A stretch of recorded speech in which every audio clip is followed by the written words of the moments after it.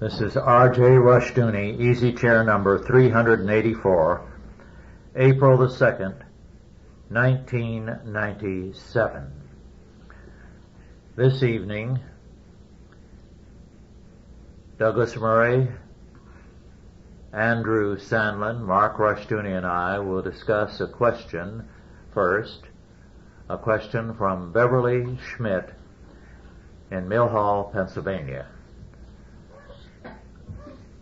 Beverly and her husband are the publishers, among other things, of the G.A. Henty books. She asks, what were the good aspects and bad aspects of the imperialist age? Can it be compared to what is going on today? Nothing on this subject except from the left. What is the Christian perspective? Well, first of all, we have to see that imperialism is nothing new. The problem today is that it is usually discussed in terms of what has happened since the French Revolution, basically. But when you go into antiquity, the Assyrians had an empire, a very evil one. Egypt had an empire, Babylon, and one realm after another, including Persia. Of course, Alexander the Great in the intertestamental period, and then Rome.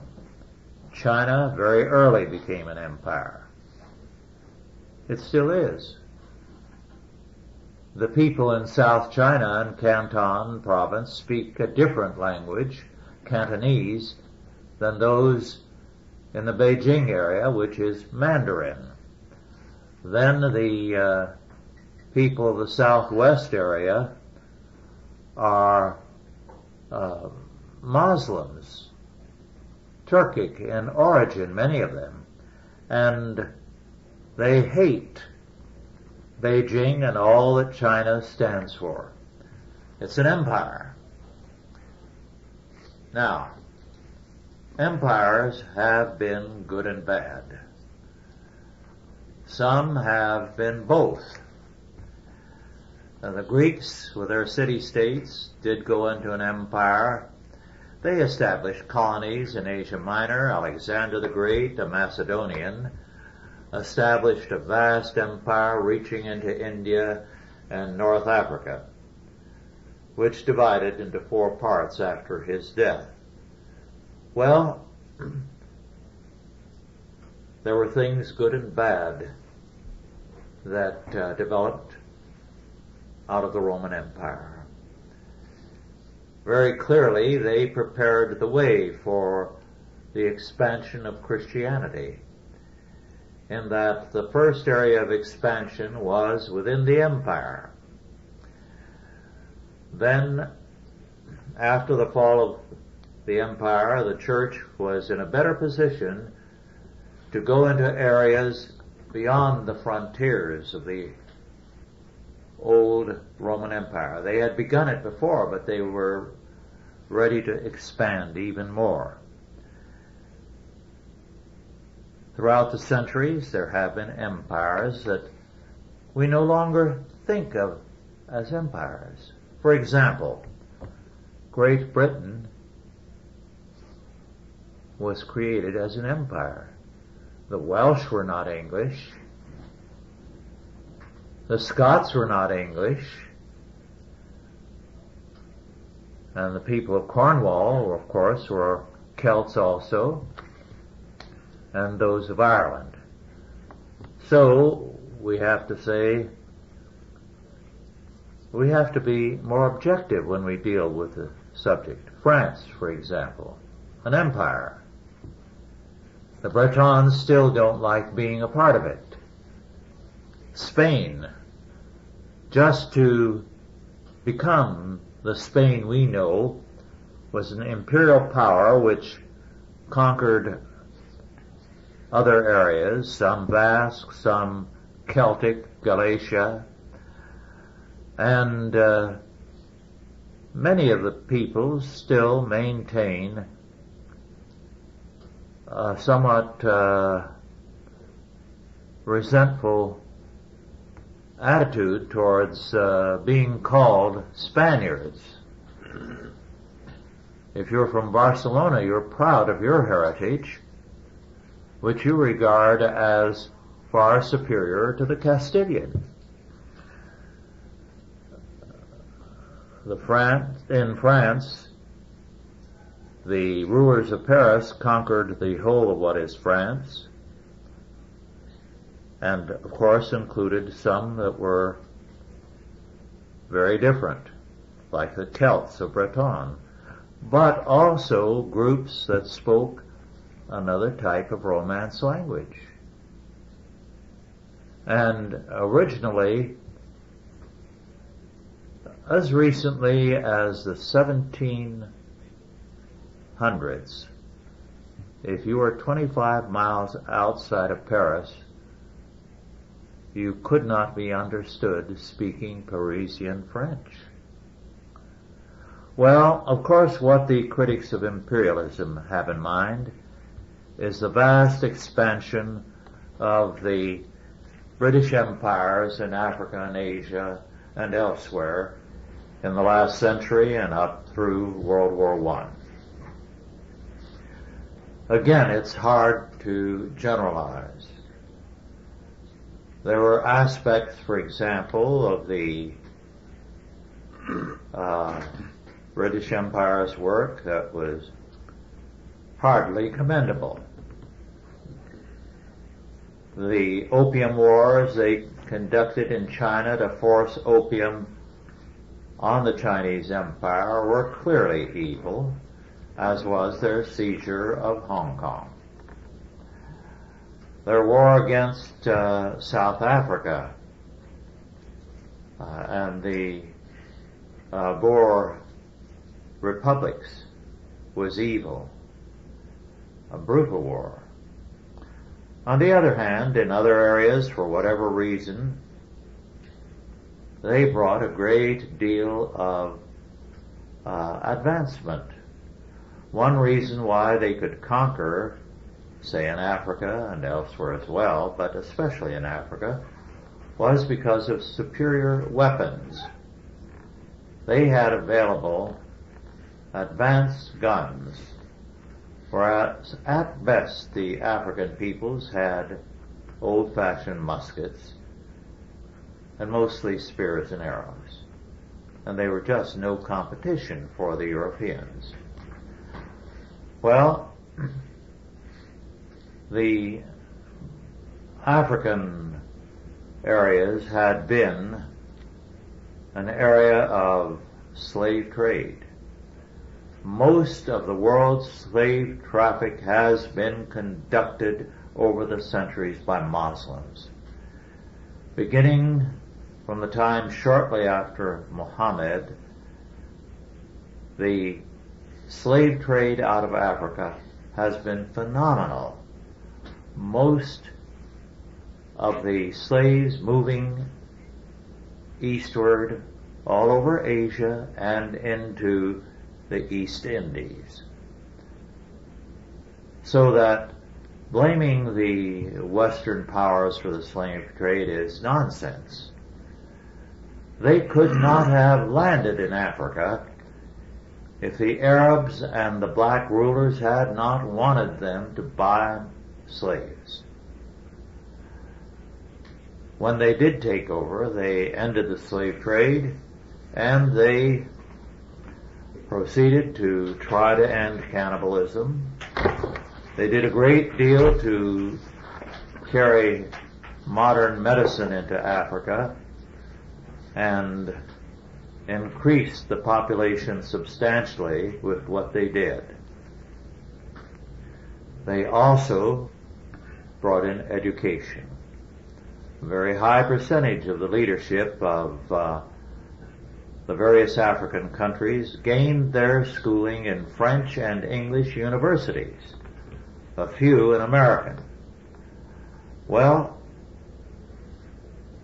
they advanced Africa phenomenally by means of colonialism.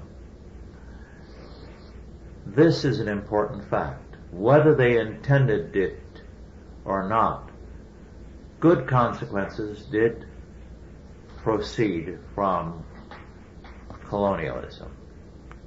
There were bad ones as well in some areas, but the main enemy originally of colonialism in Africa was Islam, because we were bringing about reforms there that they wanted no part of.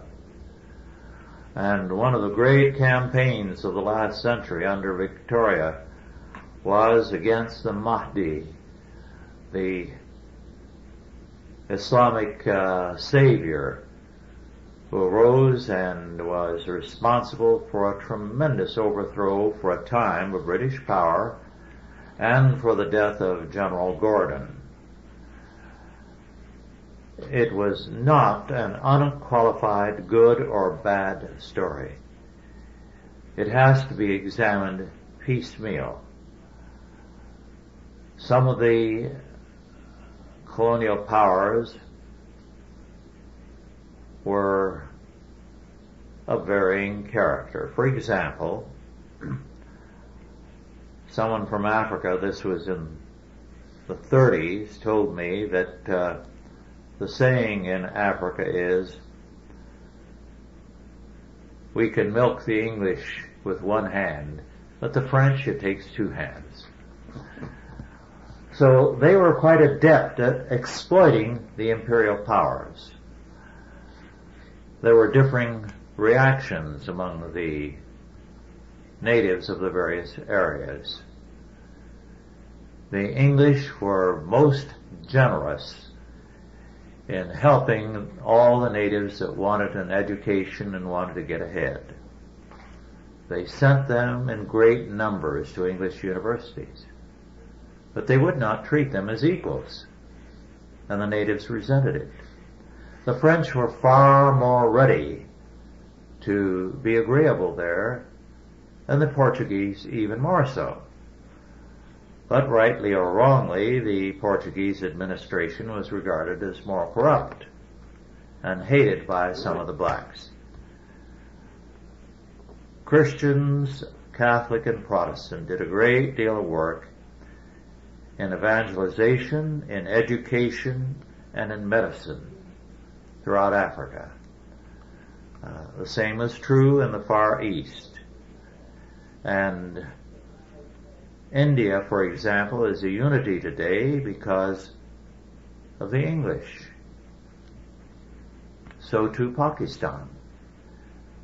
They spoke multiple languages. Now they speak English in both areas. They got this from their conquerors. The same is true in other lands. People were united by the colonial powers and greatly advanced in all that they were able to achieve. At the same time, true, there were evils that were perpetrated. Well, that's enough for me now. Douglas? Well, history doesn't tell us very much about who are the people who pressed the buttons to cause these imperialist adventures by various countries, whether it was British, French, Portuguese, Spanish, German. All of the European countries had their periods when they were involved in imperialist adventures. Apparently, whoever got going first, I guess it was the Portuguese, with their explorations around Africa, around the Horn of Africa and up the eastern side, saw great potential for enhancing the economies of their particular country. And since they couldn't easily expand by taking adjacent territory, for instance, Portugal going to war with Spain, it was much easier for them to just find another land somewhere that where there was little or no military expertise, and with their superior weapons they could subjugate very easily. It seems that in virtually every case, military subjugation was the first step to the economic thrust that was made into the country. Most of the, in the case of the British, the mercantile aspect where they wanted raw materials from foreign countries or their colonies, which they could take back and manufacture into goods that they could sell back into the colonies. They figured they had a closed loop situation going that would create a lot of jobs for the people at home. We seem to have created a new kind of imperialism, which is a reverse situation. We're giving up our jobs in this country to create jobs in other countries, and we have like an economic imperialism where we're going into foreign countries and we've dressed it up with new names such as global, one of the favorite terms of our government officials is global competitiveness, when in fact we are becoming less competitive because we no longer manufacture anything. How can you compete when you no longer make the goods? So instead of using the military thrust first into foreign countries, we seem to be practicing an economic imperialism. So I don't think a great deal has changed. The result is that we're just doing it a different way, and we're calling it by different names. I think the measure is whether or not the person in the other country can afford to buy what he makes. If the person in the colony, whether it's a military colony or an economic colony, they simply, in most cases, have been allowed to keep their own national entity, their own government. We simply manufacture goods there at the lowest possible cost and sell them for the highest possible price on the world market, which is great for the companies involved, but it's creating enormous dislocations both in this country and the people in these other countries are not deriving all that much benefit. India is doing better. They have a rising middle class of technocrats, and people there are able to afford some of the creature comforts that we take for granted. But I don't think the people in China, for instance, that are making the shoes that we wear, Nike and all these various companies that manufacture sports shoes and over there that they can manufacture for about 50 cents in labor and sell in this country for over $100 a pair. That's a pretty good profit margin. And we don't manufacture shoes anymore in the United States. So the benefits of imperialism seem to have become reversed. We're no longer deriving any benefit from it at all. So do you support greater tariffs or trade barriers to address this problem? Well, every time that's been tried, it creates hard feelings and people want to go to war over it. Then the military aspect comes into being. We haven't really quite found the right mix yet to keep from getting our nose bloody.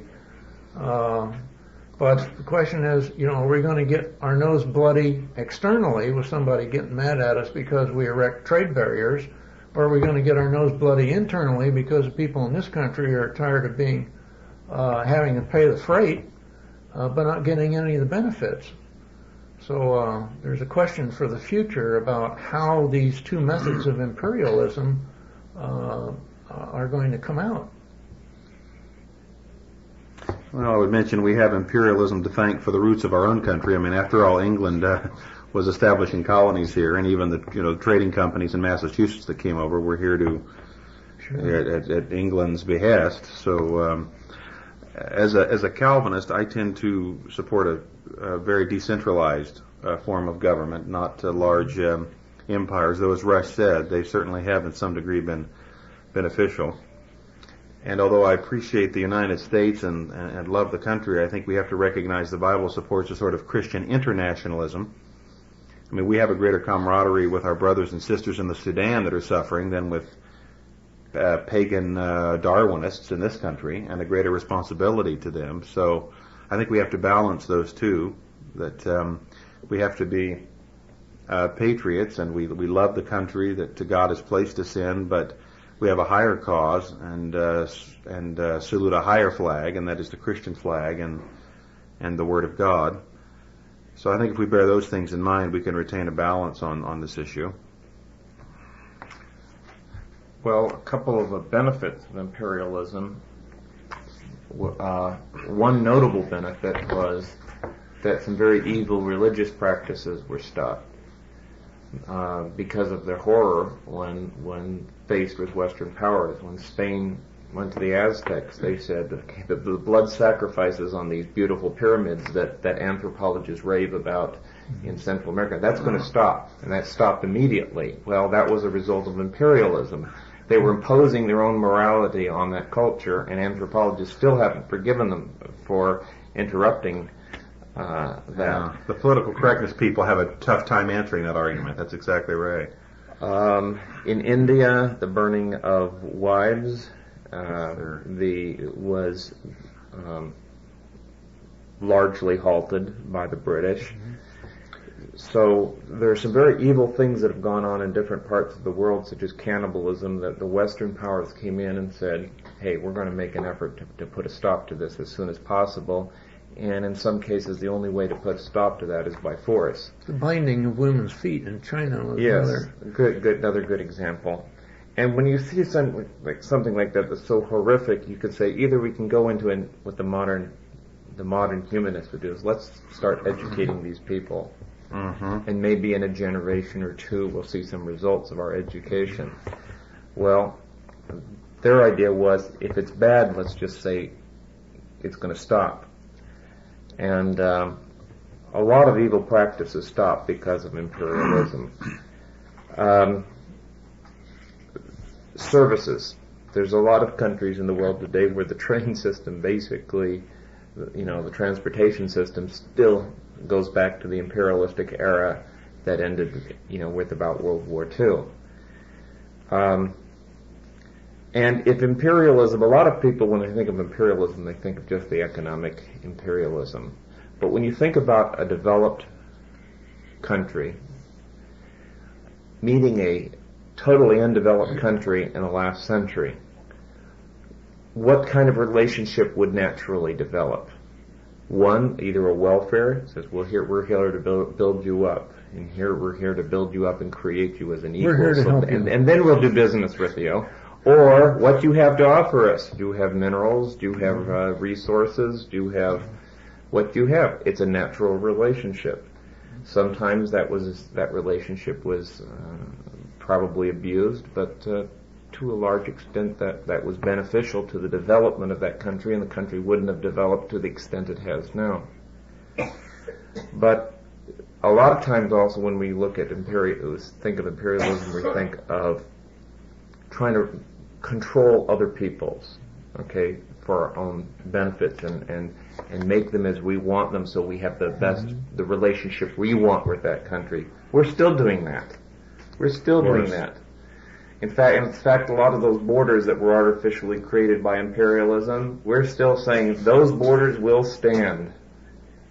Even though they don't work, where you've got a multi-ethnic, multi-tribal strife, particularly in African countries, where they arbitrarily, and in the Middle East, where they arbitrarily place boundaries. Imperialist colonialism created the problem, and we decry imperialist colonialism, but we're still perpetuating. Yeah, but those decisions were all made on the basis of greed. Every single one of them. They were all made on the basis of man's greed. The late Gulf War is an example. I mean, it wasn't nearly as much the tyranny going on as it was the oil that we wanted to protect. Sure. So, copper in Central Africa and oil in the Middle East. In this century, since World War I, nothing has been said about one of the most brutal empires in all of history, the Soviet Union. That's right. It was an empire, and it was totally brutal. I think you have to go back to the last century to find anything that is even halfway as bad. And that would be Leopold of Belgium, his personal ownership of the Congo. And it was a brutal empire. It was the media of the day that drew attention to it and blew it apart. Well, we have a new imperialist power now, the UN. I don't know how many places, perhaps 60 or more, that there are UN troops now. Why? Who appointed them to be the world's peacekeeper? It's a self-appointment. And from being a place to meet and to discuss things, it's now becoming a supernation. So, where are the criticisms of UN imperialism? The Birchers will criticize it, but not your liberals. Well, it's a natural development because the United States is broke and no longer able to be the world's policeman. So they're anticipating that the United States, since the United States is going broke, and the people don't want taxes raised anymore, they don't want them as high as they are now, that they'd be more than willing to let the UN take over as the world's policeman. They have messianic designs, of course, and that's the problem. I think if there's any... go ahead, Russ. Go ahead, no. I think if there's any imperialism that we should support today, I wrote down my notes here. Mark was talking about the benefits of national imperialism. I think we need to support what Chalcedon supports, Christian imperialism, which is the Dominion Commission and the preaching of the gospel and bringing people under the authority of the Word of God. That ultimately will solve the problems that national imperialism would never solve. Mm-hmm.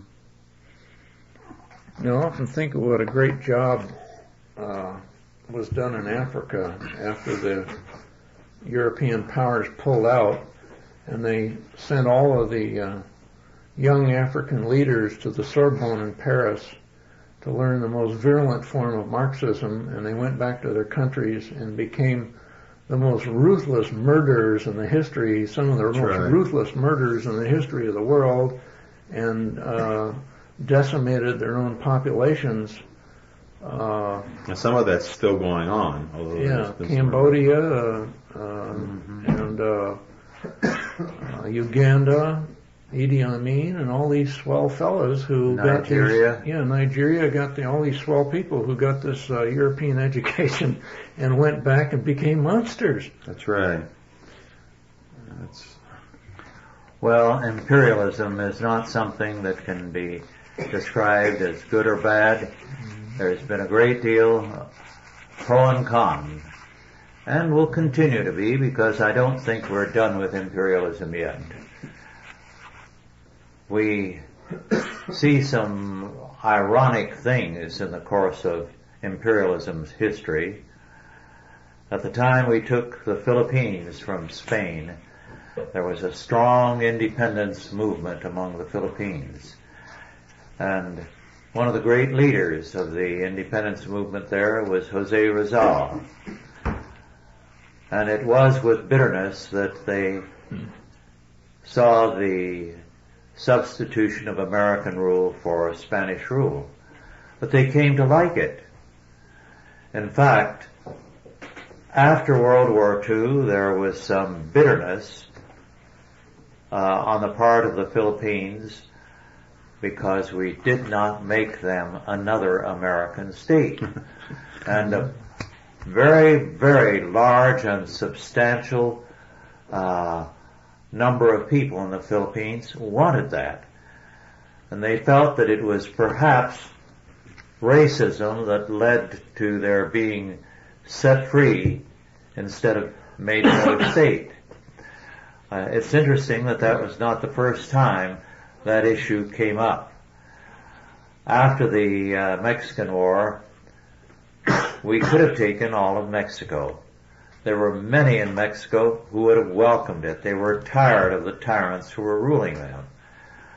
But there were too many people who were afraid that it would be a bad mix to have the Mexicans and the Americans in one country. Well, whether they like it or not, they're getting it right now. So, it's a mixed history. I hope what we've said is helpful. We're going to turn our attention now to another subject which is of interest to a number of you, the cults. I think what has sparked this interest is the fact that very recently a number of people in the San Diego area dwelling in a mansion committed suicide, all members of the same group, Heaven's Gate, expecting that a rocket following the, Hale-Bopp rocket, or comet, would carry them to another realm. Now, in recent years, there have been a number of cults with a pseudoscientific basis, very much given to the type of Star Wars thinking. And it's not a surprising thing that Star Wars and other like films have had a sensational success. Anything dealing with this sort of thing is very popular. As a matter of fact, some kind of space people television program was the favorite of the San Diego group. Now, what's the origin of this sort of thing? Well, with the Renaissance, you began to get utopian thinking of ideal colonies, of separating from the world into an ideal group. This was not to be together as, say, Christians, because Christians did tend to congregate, and it was a premise for generations that they were to, when they made a move, locate a church of a like faith and live within distance of it. This was different. This was to come together because there was another world that was more important. And the world around them was going to go to hell, and they alone were going to be in touch with the real world. We've had prominent people in Hollywood as members of a number of cults, some of whom profess to have communications with the departed. One of the interesting aspects of this history is a man, perhaps one of you have heard of him, Charles Fort, F-O-R-T. Well, Charles Fort was an interesting man whose dates go back into the last century, latter part of it, and maybe to the early years of this. I don't know. He was not a Christian. He was a radical cynic, and he was especially cynical where science was concerned. He felt that the great superstition that was being developed in the modern world was science. He didn't deny that there could be some good in it, as no doubt there was in Christianity and other things that had preceded it. But the superstition of the modern age was now science. So he collected and published several very thick books of extensively reported and often vouched for episodes, all connected with a scientific world outlook, very, very heavily associated with space travel. Now, he also was concerned with things that scientists at that time couldn't explain, raining fishes, for example. And now we know that fish can be sucked up by winds and carried many, many miles, and then it will rain fish or frogs or whatever else they suck up. But he collected stories of flying airships. In his time there were dirigibles, not airplanes, but dirigibles. And so people, when they had these hallucinations, individual or mass, and had these space visitors come and talk to them and tell them all kinds of marvelous things, it was not a plane or a flying saucer, it was a dirigible. Well, he had volume after volume of reports of this sort and all kinds of other things, which indicated that these had their inspiration in science, and people were having this type of occultist or semi-occultist thinking in terms of contemporary science.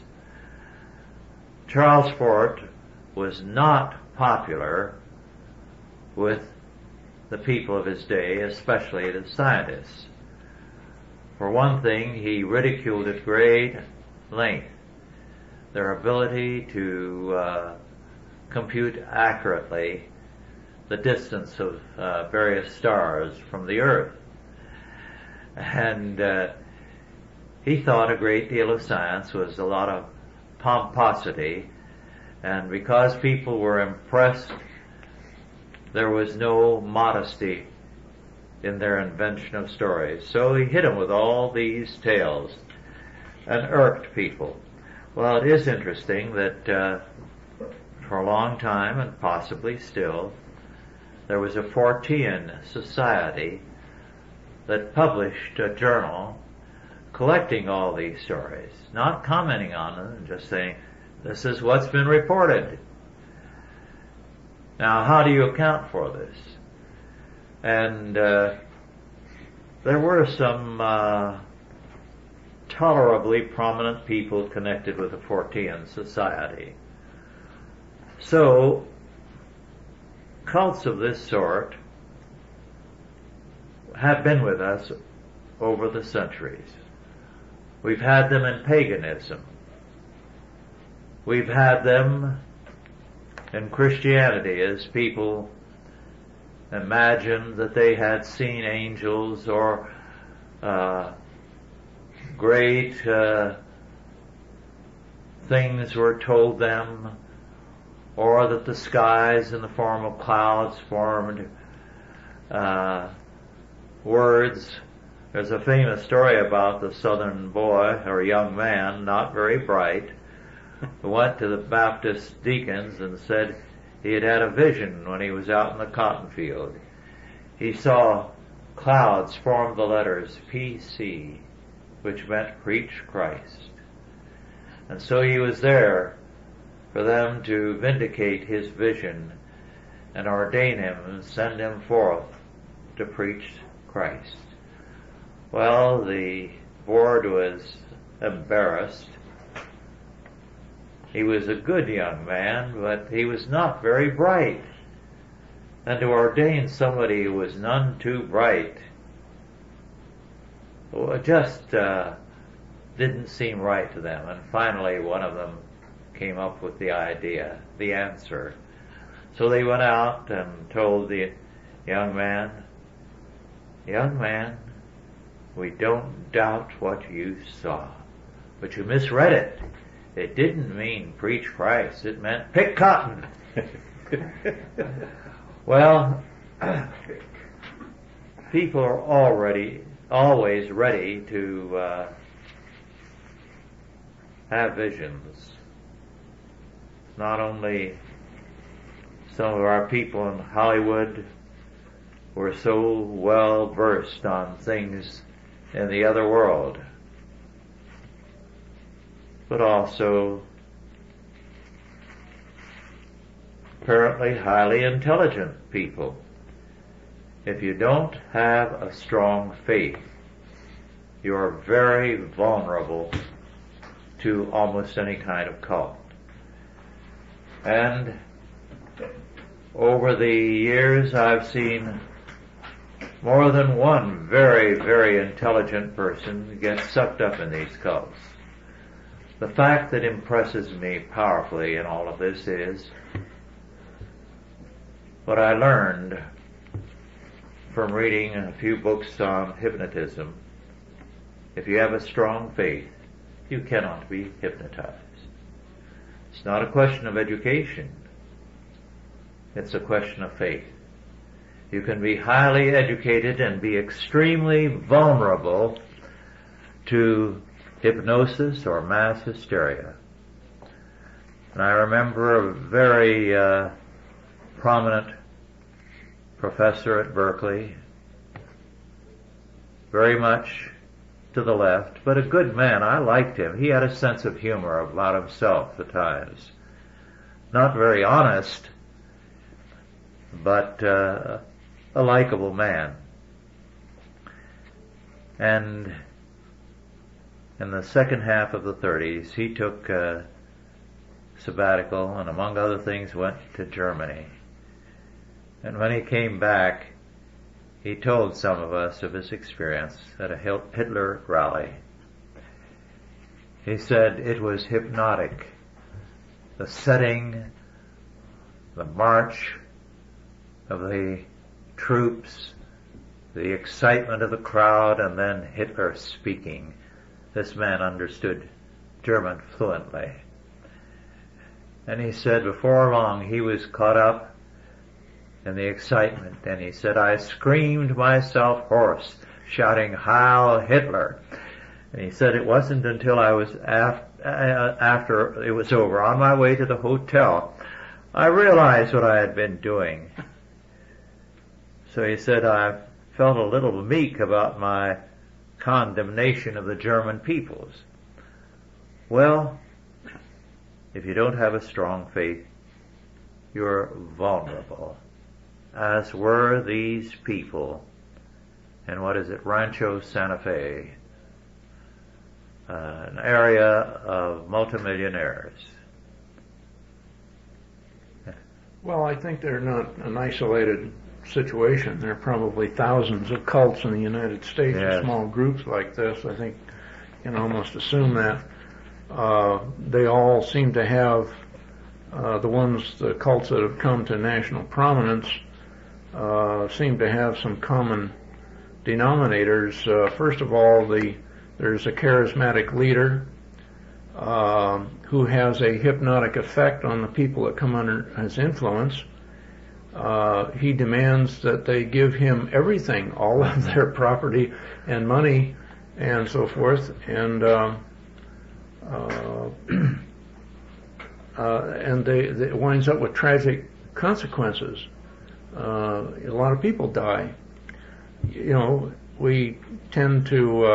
people tend to perhaps minimize the importance of this, and we've got night television comics making light of it, but for the parents of those people, you have to feel a little concerned, because they've had the worst of all tragedies of losing a child, even though they're in their 20s and 30s, and that's a pretty hard blow, and they don't know why. And most of them don't know why, and may spend the rest of their lives trying to figure it out. But if they did not give their kids a strong faith,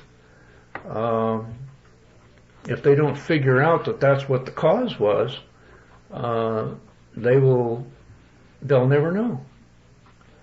They'll always, blame the cult leader, or they'll blame society, or they'll blame somebody, but they'll never understand that the reason that their kid was not able to withstand the seductiveness of the cult was because they were rudderless. They had no guiding principles. They're all have the common denominator is that while they tend to use the Bible, particularly Revelations, which is strong medicine for anybody, they're all running from Christianity. Mm-hmm. That's right. Blindly running from Christianity. And, the other thing is that what do these people do for anybody?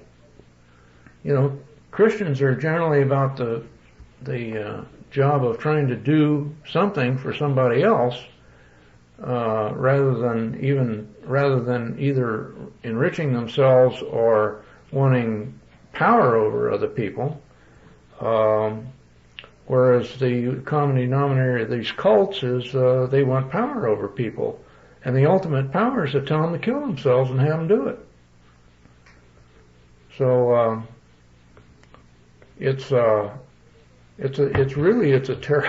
terrible thing. I mean, we can joke about the spaceship and all that, whatever apparent mental instability the leader may have had, but he was very effective. He was very seductive, and he was every bit as charismatic and seductive as Hitler or Lenin or any leader in history that you want to name that got large numbers of people to follow him blindly to the point of killing themselves in order to prove their fidelity, if you will, to the cult leader. And the only antidote is for that, and it's a madness. That you can't call it anything else. It's just people that have driven themselves mad with this seduction, with this fantasy. They created all of these fantasies about, they drew from pop culture, the Star Trek, Star Wars trilogy, all of these things. There were people who were living in a fantasy world. When you weave in a little Revelations and the rest of it, and, this guy's got a saleable product, and these people bought it right to the hilt. Well, the church must bear the onus for a lot of this, the professed Christian church first, because there's not a stress on strong biblical theological preaching. Mm-hmm. And because of that, there's a strong existential strain. We come to church to feel good, to get the godly goose pimples and the warm Jesus fuzzies. Well, when these cults come along and offer better feelings, then they just run right along. That's true not only in the liberal churches, but also, perhaps especially these days, in the so-called evangelical churches. Come and we will meet your need. We will make you feel good. Well, there's no strong theological base there. And second, there's not a great stress on historic biblical orthodoxy. And of course, the cults can't afford to stress historic Christian faith because they're wanting to sort of reinvent religion.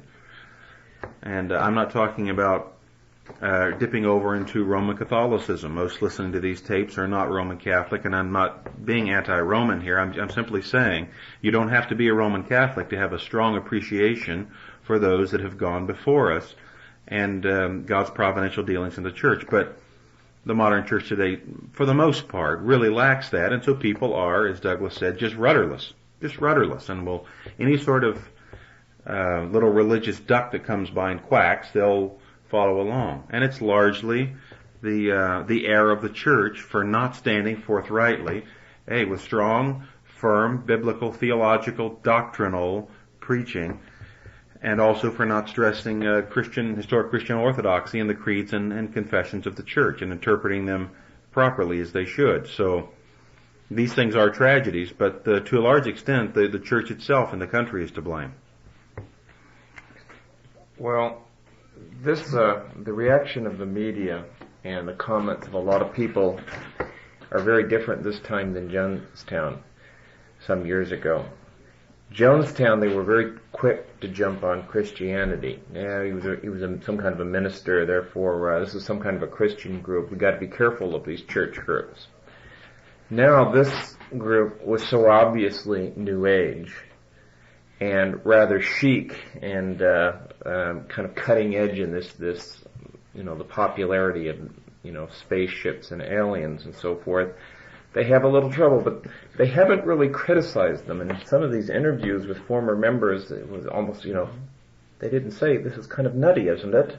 It's just, they talk to them like this is a rational thing. Exactly. And, this is very normal. And what were the other teachings of you? And what did you believe about this spaceship? And because the beliefs of this group are actually very acceptable today. That's a very good point. What started out as a cult of, UFOs and a curiosity, and people say, well, do they exist? Don't they exist? I think they must exist. Suddenly people are willing to give their lives for this. And judging from a lot of comments made by people who look into cults, he said there are hundreds of these groups in every major city in the country that have these far-out beliefs of various kinds. But something that characterized this group, and why even now the media is saying they're giving them some legitimacy, they're saying, why would they kill themselves? That's the big question. Why would they kill themselves? But the problem wasn't their beliefs. This is nonsense. Right? They're insane. That's right. They don't say it's nonsense. It's just it was nonsense for them to kill themselves, but the beliefs weren't. Any search for spirituality today is considered to be valid. That's right. Spirituality is self-determined. You go through your own spiritual evolution. If these people happen to go off on this tangent, they dress neatly, they were polite to their neighbors, and they weren't outwardly goofy. They were intelligent. Yeah. Therefore, there was really no problem with them. So what was it that caused them to kill themselves? It was what they believed, for crying out loud. I want to quickly read the current issue of U.S. News and World Report dealt with. It's certainly not a right-wing magazine. But it says here, according to the American Booksellers Association, the sale of New Age books jumped from 5.6 million copies in 1992 to 5.7 million in 1995. Close to $2 billion, according to Forbes magazine, is spent each year in the United States on aromatherapists, channelers, macrobiotic food vendors, and other aids to spiritual and physical well-being. And in a 1994 Roper poll, 45% of those who responded agreed that meditation had given them, quote, a strong sense of being in the presence of something sacred, close quote. So this is, as Mark said, is becoming very pervasive. And so no wonder that the press is saying, well, they didn't have wacky beliefs, and anything like this is okay. It's just they shouldn't have taken it to the extreme of killing themselves. They aren't really even necessarily denouncing them. No, they're not being just denounced. Why would they? What's why the would rationale they do for that? this? Yes. What was their thinking that caused them to go to this extreme? Bear in mind, we live in a country where the Supreme Court says that worshiping the devil is okay. Witchcraft is okay. Santeria is okay. We have total religious freedom in this country, which is not necessarily good. Of course. I think of some of you have read, C.S. Lewis's The Screwtape Letters. He's got a brilliant statement in there about the materialist magician.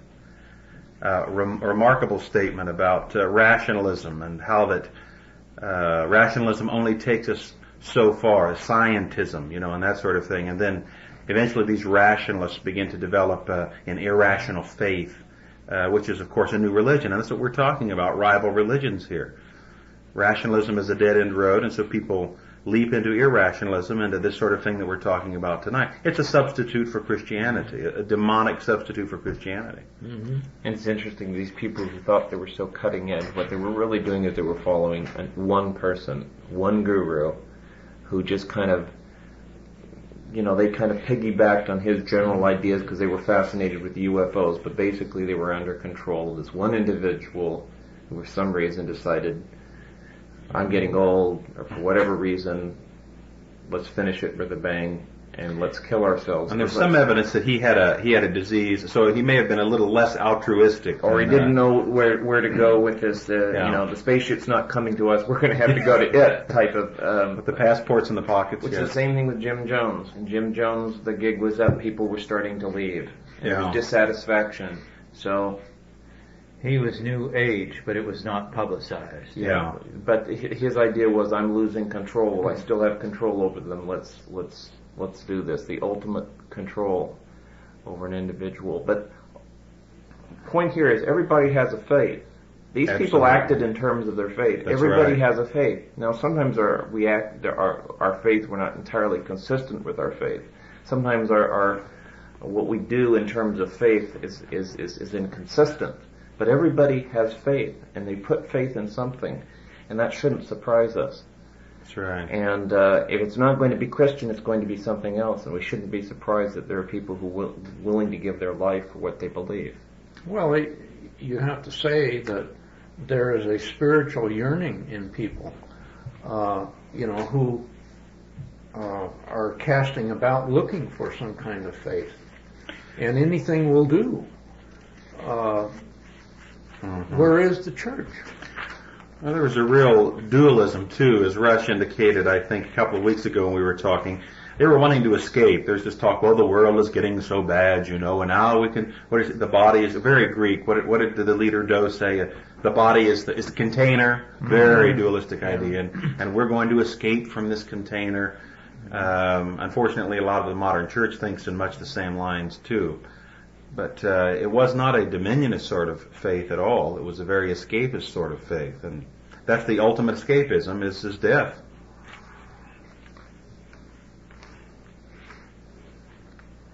You could almost write a book, I guess, on cults and entitle it "The Many Faces of the Devil."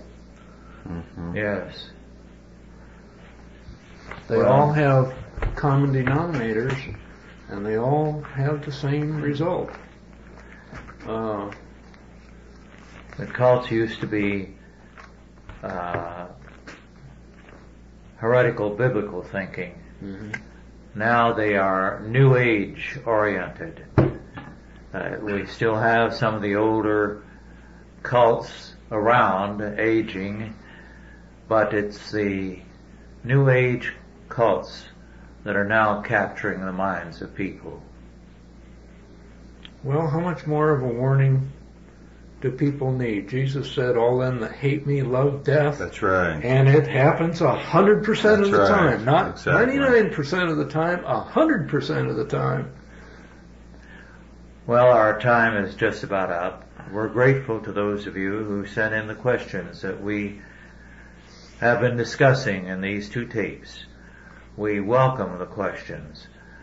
We can't promise that we can discuss all of them because we may not know enough to do so. But do send them along. We are grateful to you for your comments, and you are helping us to make the Easy Chair tapes more relevant and more interesting. Thank you and good night.